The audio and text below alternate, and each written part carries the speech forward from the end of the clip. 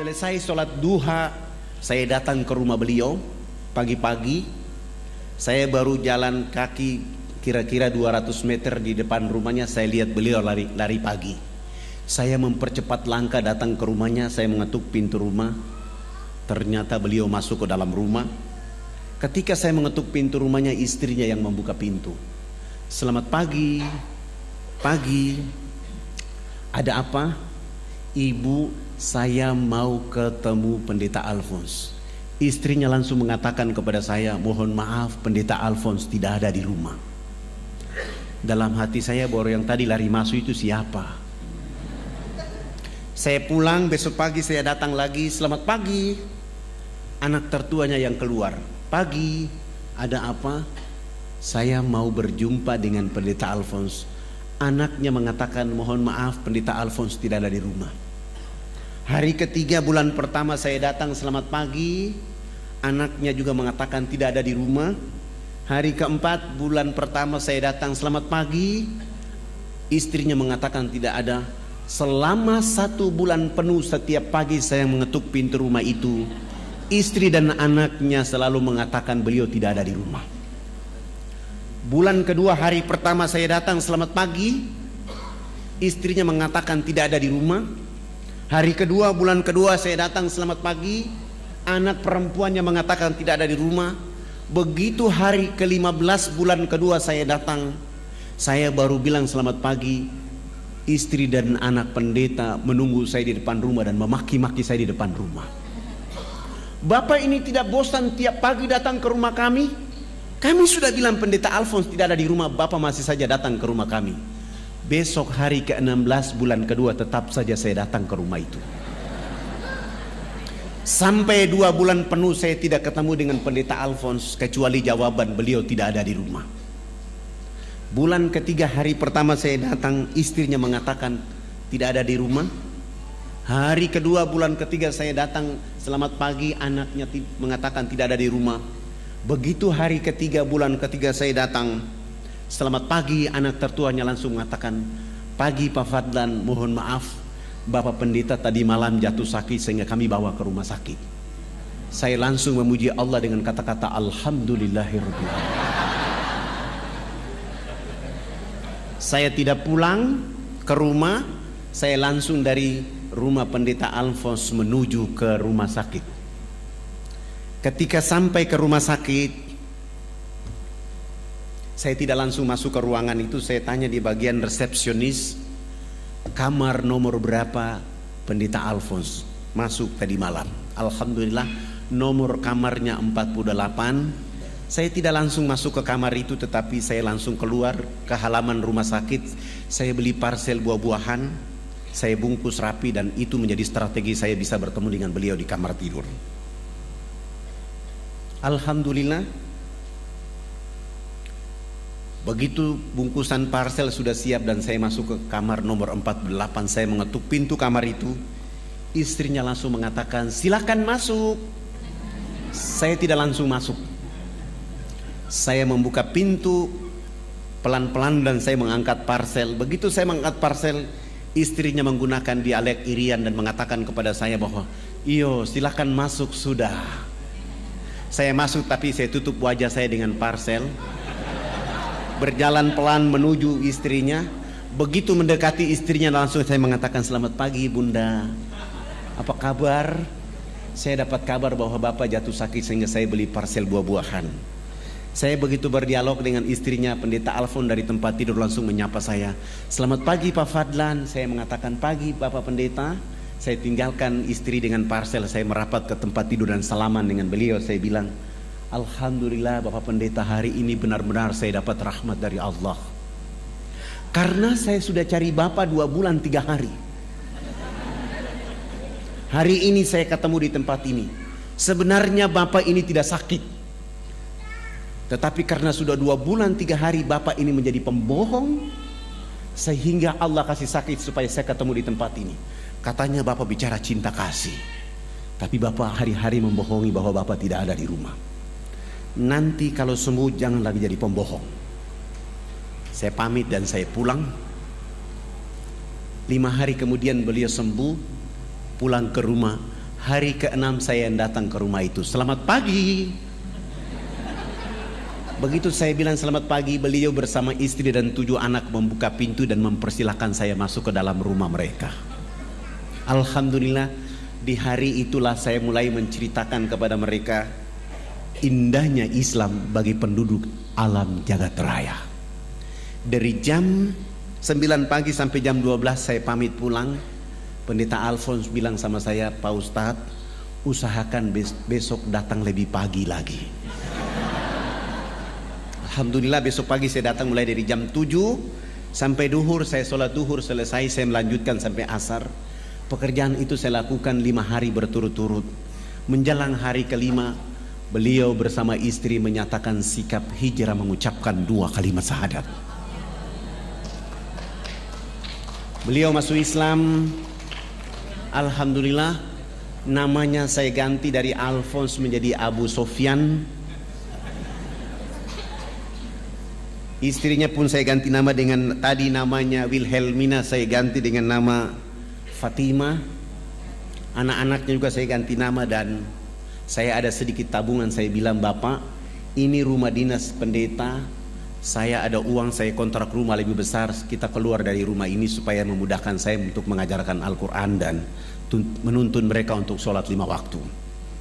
Alhamdulillah, Abu Sofyan sudah mulai belajar baca Quran bersama anak laki-laki dan perempuan, dan sudah mulai belajar sholat 5 waktu, dan alhamdulillah beliau sudah mulai sholat Jumat di masjid.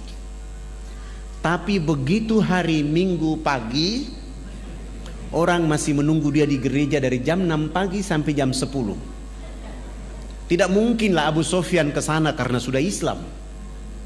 Mencari tahu di mana pendeta Alphonse. Mereka datang ke rumahnya kosong, dan informasi berkembang lebih cepat bahwa ternyata Alphonse sudah masuk Islam. Lalu mencari tahu siapa yang memperkenalkan Islam kepada Alphonse. Ributlah Jayapura pada tahun 83. Akhirnya Fadlan ditahan tanpa proses BAP untuk masuk penjara selama 3 bulan. Saya menikmati 3 bulan itu, happy di dalam, karena itu membuat saya lebih memperdalam hafalan saya dalam penjara. 3 bulan selesai, saya keluar. Saya bergeser untuk berdakwah di kampung yang lebih jauh, yaitu kurang lebih 175 km, 79 km dari Jayapura. Begitu kami turun mau berdakwah, saya disambut oleh kepala suku Genyem dengan tombak di betis kaki kiri saya sehingga saya terjatuh. Teman-teman saya mengatakan kita harus lawan. Saya bilang tidak boleh, kalian harus bawa saya ke rumah sakit. Akhirnya saya kembali masuk rumah sakit selama 3 bulan di rumah sakit. Setelah 3 bulan sembuh, saya bilang kita kembali lagi ke kampung ini. 3 bulan sembuh, kami datang lagi ke kampung itu membawa bantuan dakwah. Subhanallah, begitu kami datang, kepala suku yang menombak kaki saya 3 bulan yang lalu justru dia yang jatuh sakit.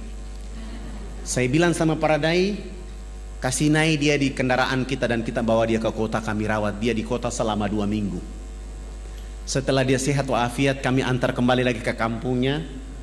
1 minggu kemudian kami kembali ke kampung. Subhanallah, kepala suku bersama 15 kepala keluarga di kampung kecil itu pun hijrah mengucapkan 2 kalimat syahadat.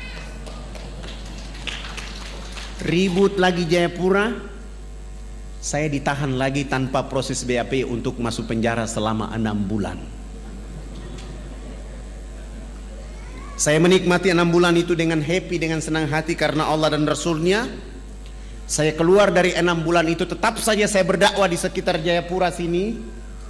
Begitu saya berdakwah, subhanallah, Allah meningkatkan kualitas dakwah. 30 kepala keluarga di sekitar Jayapura pun hijrah mengucapkan 2 kalimat syahadat. Ribut lagi Jayapura, saya ditahan lagi tanpa proses BAP untuk masuk penjara selama 9 bulan. Saya menikmati itu sampai hari terakhir dari bulan ke-9. Orang yang biasa menangkap saya di 3 bulan yang pertama, 6 bulan yang kedua, dia datang, dia buka gembok penjara itu, dia maki-maki saya di depan penjara. Bapak ini kenapa tidak takut dengan penjara?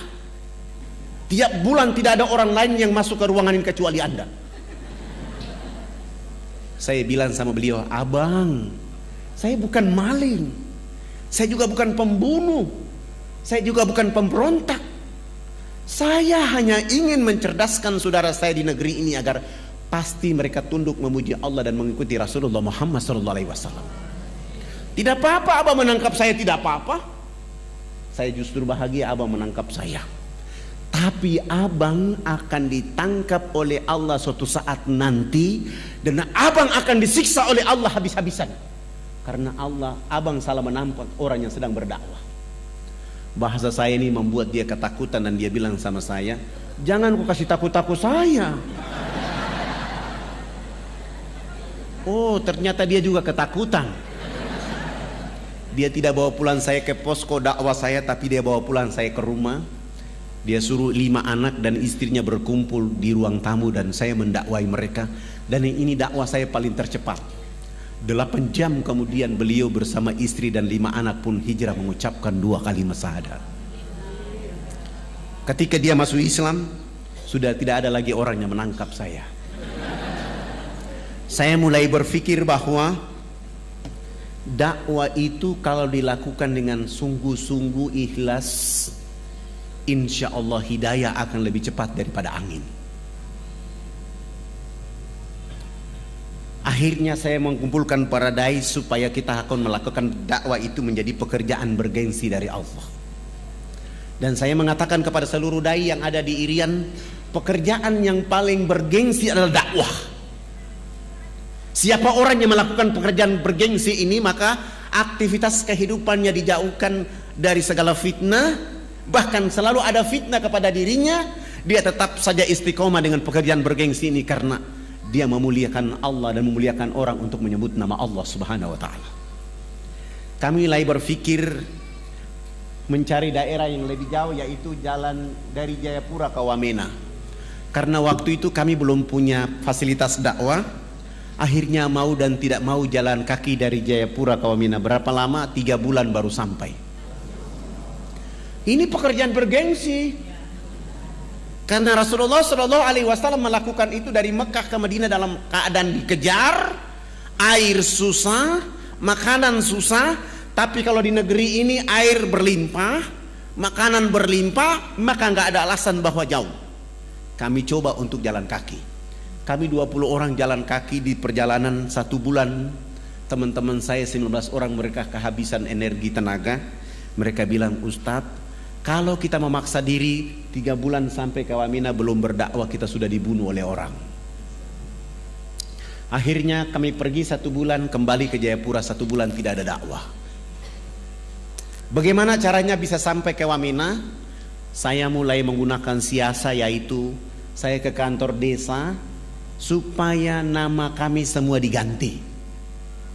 Foto-foto kami, KTP-nya diganti nama, yang nama Abidin dengan nama Markus, yang nama Zainuddin dengan nama Wilhelmus, yang nama Abidin dengan nama Paulus, yang nama Fadlan dengan nama Leo. Agamanya dikasih kosong. Dengan cara ini baru kami bisa beli tiket pesawat misionaris. Begitu membawa nama Markus, akhirnya bisa dibeli. Kami beli tiket semuanya. Sesudah itu besok pagi kami akan terbang ke Jayapura. Malam harinya kami menyediakan modal dakwah berupa sabun mandi 7 karton, sampo 7 karton, odol 7 karton, sikat gigi 7 karton, dan pakaian layak pakai 7 karung. Mencoba untuk berdakwah di Wamena. Alhamdulillah 45 menit kemudian kami tiba di Wamena. Ketika kami sampai ke Wamena, kami disambut oleh saudara-saudara kami, tapi sayang mereka dalam keadaan telanjang. Mohon maaf, ini bukan porno. Mereka dalam keadaan seperti ini.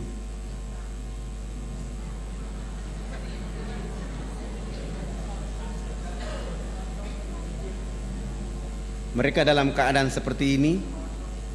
Mereka dalam keadaan seperti ini. Mereka dalam keadaan seperti ini.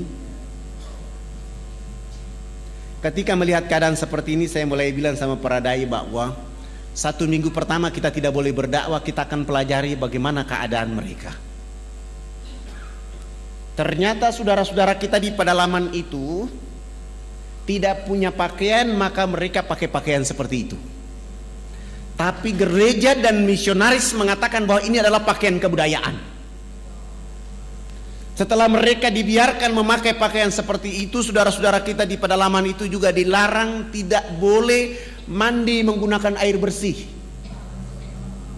Mereka hanya boleh mandi dengan melulurkan tubuh badannya dengan minyak lemak babi. Sudah tidak pakai baju, pakaian, badannya dilulurkan dengan lemak minyak babi, bau badan yang sangat tidak enak. Mereka berdiri dengan jarak 500 meter dari arah mata angin kita di sini yang hancur. Bau yang sangat tidak enak. Setelah dalam keadaan kondisi seperti itu, orang asing itu melalui Australia membawa minuman keras masuk melalui Port Moresby dengan pesawat kecil itu masuk ke pedalaman ini, kasih minum saudara-saudara kita di sana. Mereka minum, mereka mabok, ada yang teler dan tidur dengan babi dalam kandang. Ada ibu-ibu kita yang melahirkan di pedalaman itu seperti binatang yang beranak di bawah pohon. Begitu bayinya keluar dari rahimnya, untuk memutuskan ari-ari dengan bayi menggunakan ujung batu yang tajam.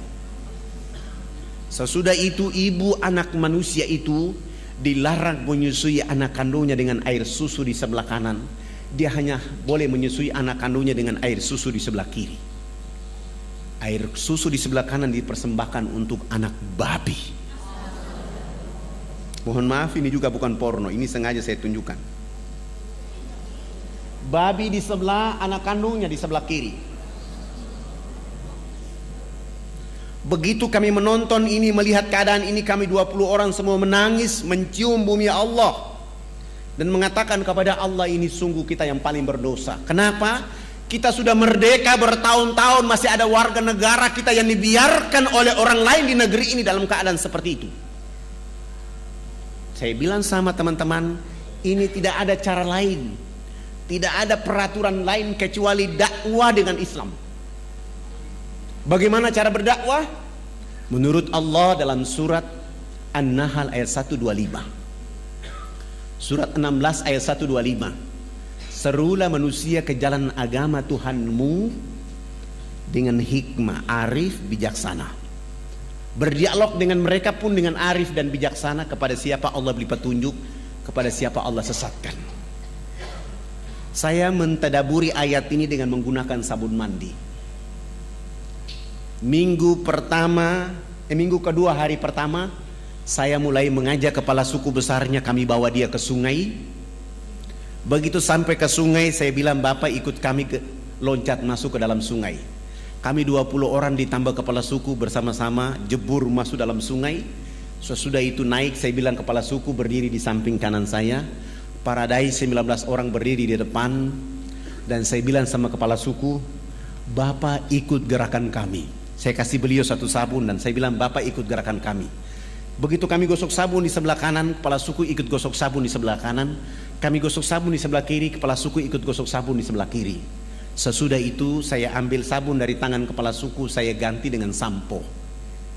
Rambut kami orang Irian itu kalau belum kena air dengan sampo itu rambut tenang-tenang saja. Begitu kepala suku dia siram sampo, satu botol kecil di atas rambutnya, dia keramas, rambut keribu keriting itu dia mekar kayak bunga yang berkembang. Sehingga busa sampo itu makin tinggi. Begitu makin tinggi jatuh kena hidung kepala suku. Dia mencium harum dari busa sampo itu, langsung pergi, tidak mau lagi bilas dengan air.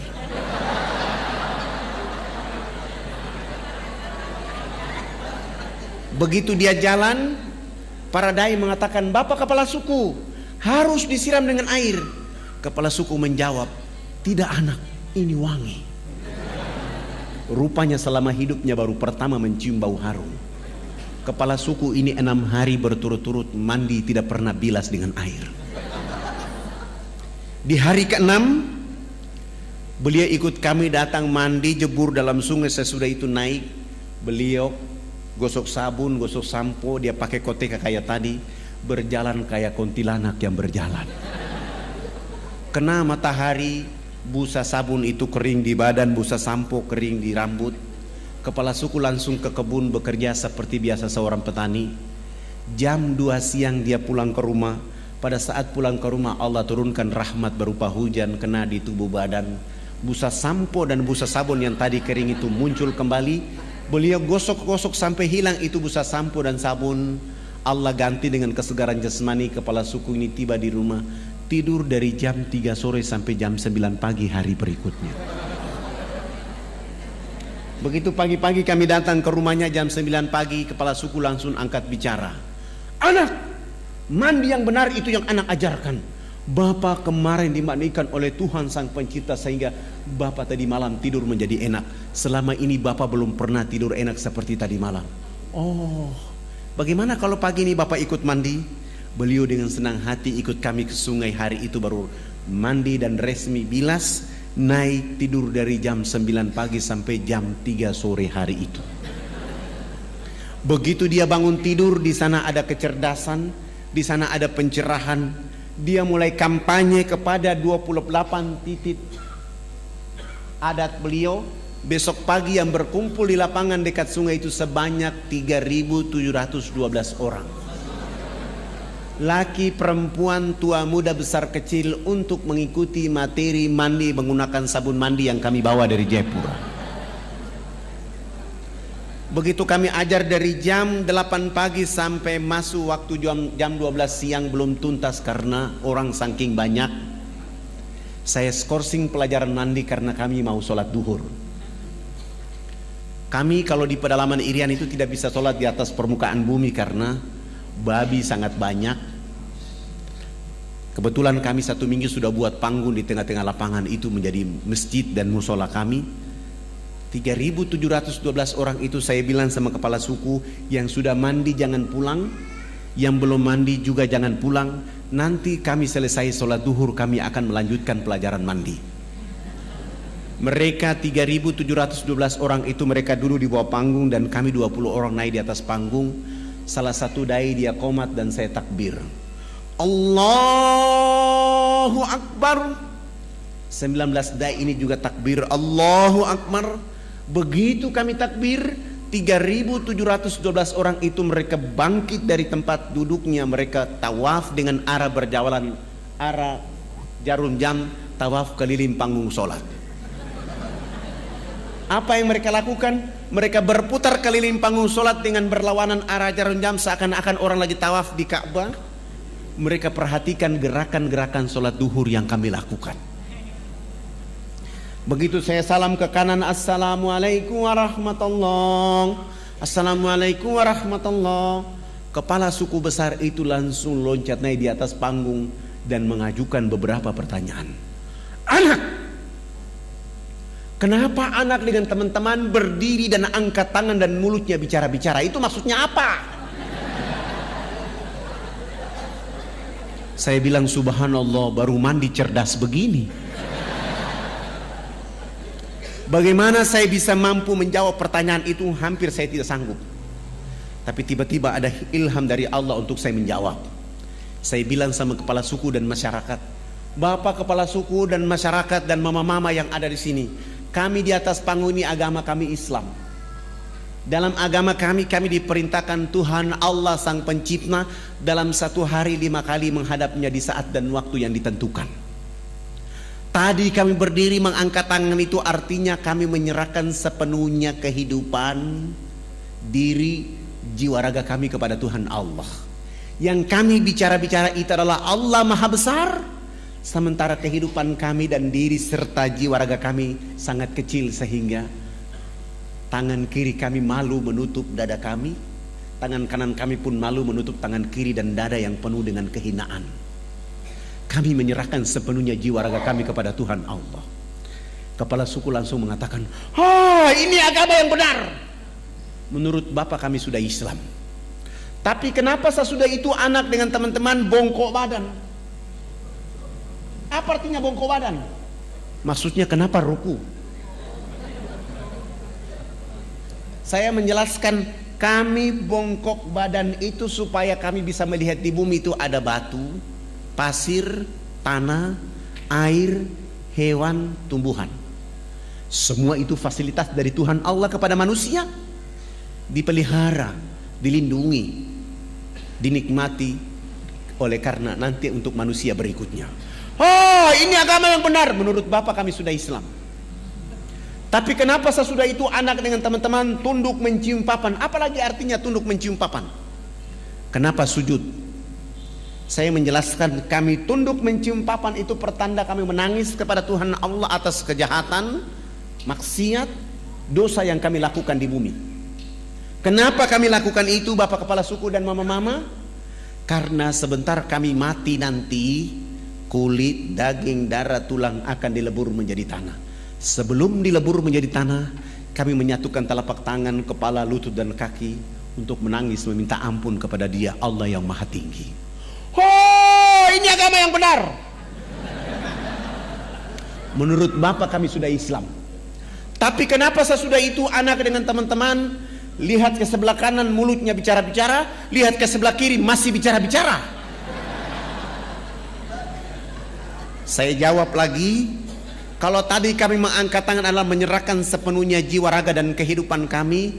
Sesudah itu kami bongkok badan untuk melihat fasilitas yang diberikan oleh Allah. Setelah itu minta ampun. Selesai minta ampun, kami lihat ke sebelah kanan. Kalau belum ada orang yang tahu mandi, tugas kami mengajarkan mereka bisa tahu mandi. Melihat ke sebelah kanan, kalau belum ada orang yang tahu berpakaian, tugas kami mencari pakaian untuk menutup badannya. Ada yang lapar, tugas kami mencari makan. Ada yang sakit, tugas kami mencari obat. Sesudah itu melihat ke sebelah kiri, kalau belum ada orang di bumi ini yang mengenal Allah dan Rasulnya, tugas kami datang memperkenalkan Allah dan Rasulnya kepada mereka. Begitu mendengar penjelasan saya, Kepala Suku Besar langsung mengatakan kepada kami 20 orang, kalau begitu kami tidak boleh duduk di atas panggung sholat itu. Kami turun duduk di bawah menemani 3.712 orang. Mereka 6 kepala suku naik di atas panggung menggantikan kami. Mereka bukan sholat, tapi mereka rapat adat membahas kehadiran kami di sana. Rapat adat 1,5 jam kemudian, Kepala Suku Besar menyampaikan pengumuman kepada 3.712 orang di lapangan itu. Wah, wah, wah, wah, wah, hubulakanaya.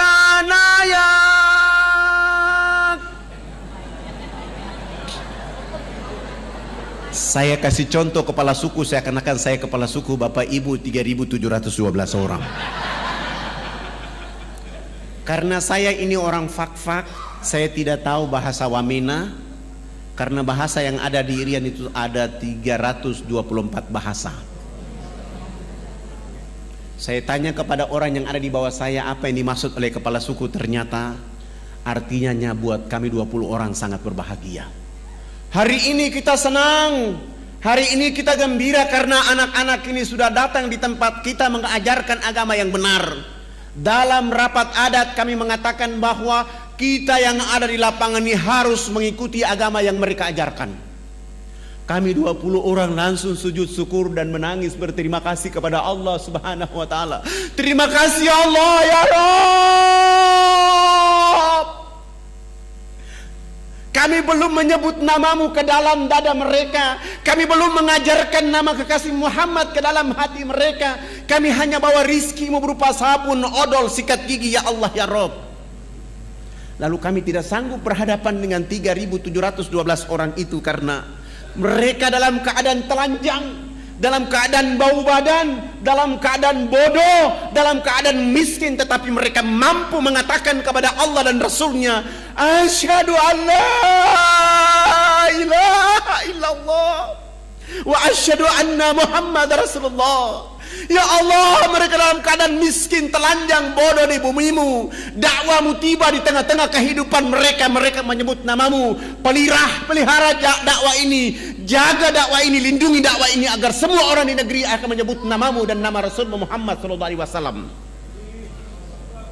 3.712 orang masuk tanpa beban apapun, tanpa paksaan apapun. Mereka dengan mudah mengucapkan nama Allah dan nama Rasulullah Muhammad SAW.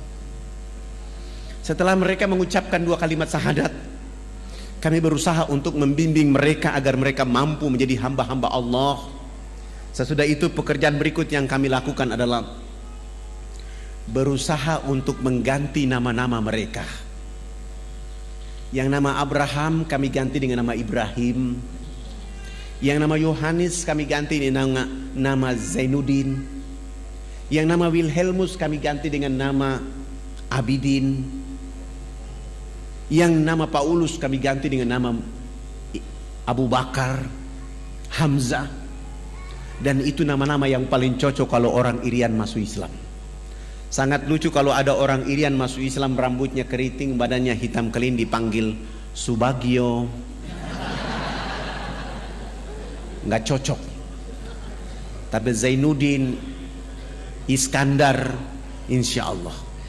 Setelah mengganti nama-nama mereka, pekerjaan berikut yang kami lakukan adalah melakukan hitanan masal mulai dari umur 7 bulan sampai umur 63 tahun. Alhamdulillah, waktu itu kami dibantu oleh ayahanda Dr. Mulia Tarmizi. Kebetulan beliau menjadi Komandan Lantamal Angkatan Laut di Jayapura. Beliau dulu bicara dakwah Islamiyah dan kami mengantar beliau ke atas menghitan saudara-saudara kita di sana. Alhamdulillah. Sesudah itu beliau menulis surat supaya saya membawa surat itu menghadap Presiden Soeharto di Jakarta. Kami bawa kepala-kepala suku. Kepala-kepala suku ini sudah pakai celana panjang, sudah pakai kemeja, bahkan sudah pakai jas. Tetapi mereka belum bisa pakai sepatu. Karena ukuran sepatunya waktu itu nomor 47. Selama hidupnya belum pernah menggunakan alas kaki, begitu masuk Islam disuruh pakai alas kaki. Terpaksa tidak ada jenis sepatu itu dan kami menggunakan sendal jepit. Kelebihan tumit kami bawa mereka. Naik pesawat dari Wamena ke Jayapura, Jayapura langsung menuju Makassar. Dari Makassar saya bawa mereka, kepala-kepala suku, melihat pembangunan di kota Makassar. Sesudah itu terbang di Jakarta. Tiba di Jakarta malam hari, kami naik mobil dijemput oleh teman-teman di Jakarta dan kami bawa ke Wisma Haji Jalan Jaksa, Jakarta Pusat. Istirahat, pagi-pagi kami ke istana. Sampai ke istana, alhamdulillah Presiden Soeharto berkenan menerima kami. Beliau minta supaya pertemuannya jangan di istana tapi di rumahnya di Cendana. Selepas sholat asar kami langsung bertemu dengan beliau. Beliau berdiri dengan senyum ciri khasnya menyambut kehadiran kepala-kepala suku bersama saya. Kepala negara menyambut kepala suku, saling berpelukan, salaman. Sesudah itu dibawa masuk ke dalam ruang tamu, dikasih makan, dikasih minum, dikasih oleh-oleh. Setelah diberikan oleh-oleh, Pak Harto minta supaya kepala sukunya konferensi pers. Lalu kepala suku angkat bicara waktu itu. Bapak tidak pantas jadi presiden. Presiden macam apa hanya bangun Makassar, presiden macam apa hanya bangun Jakarta. Pemilu nanti saya akan bicara supaya tidak boleh lagi dipilih Haji Muhammad Soeharto jadi presiden. Kepala suku ini bicara berapi-api tapi pakai bahasa Wamena, Pak Harto juga tidak tahu.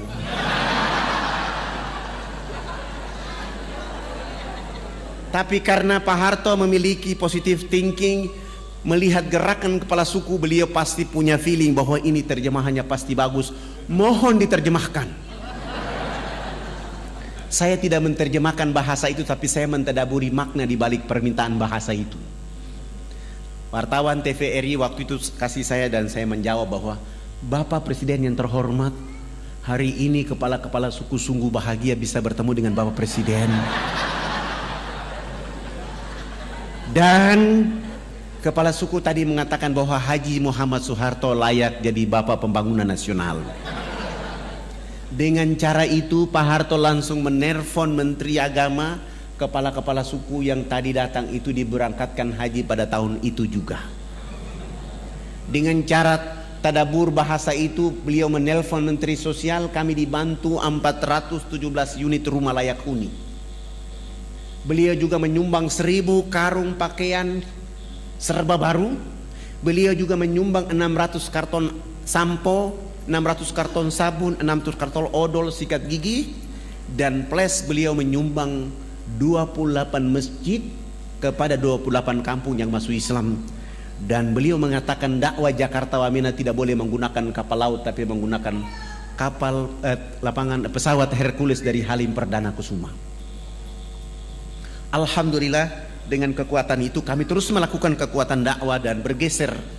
Setelah Wamena ini hidup, nanti kalau ada bapak-bapak ibu berkenan datang ke Wamena, jangan tinggal di kota Wamena tapi jalan kaki 175 km ke dalam. Kita akan mendengar suara-suara Islam di tengah-tengah hutan itu. Ada saudara-saudara dan anak-anak kita yang rambutnya keriting, badannya hitam kelin, tapi dia sanggup azan di waktu duhur, asar, maghrib, isya, bahkan di waktu subuh. Terkadang kita tidak sanggup meneteskan air mata oleh karena di tengah-tengah hutan itu jauh dari khalayak ramai, tapi ada orang yang menyebut nama Allah, menyebut nama Rasulullah Muhammad SAW.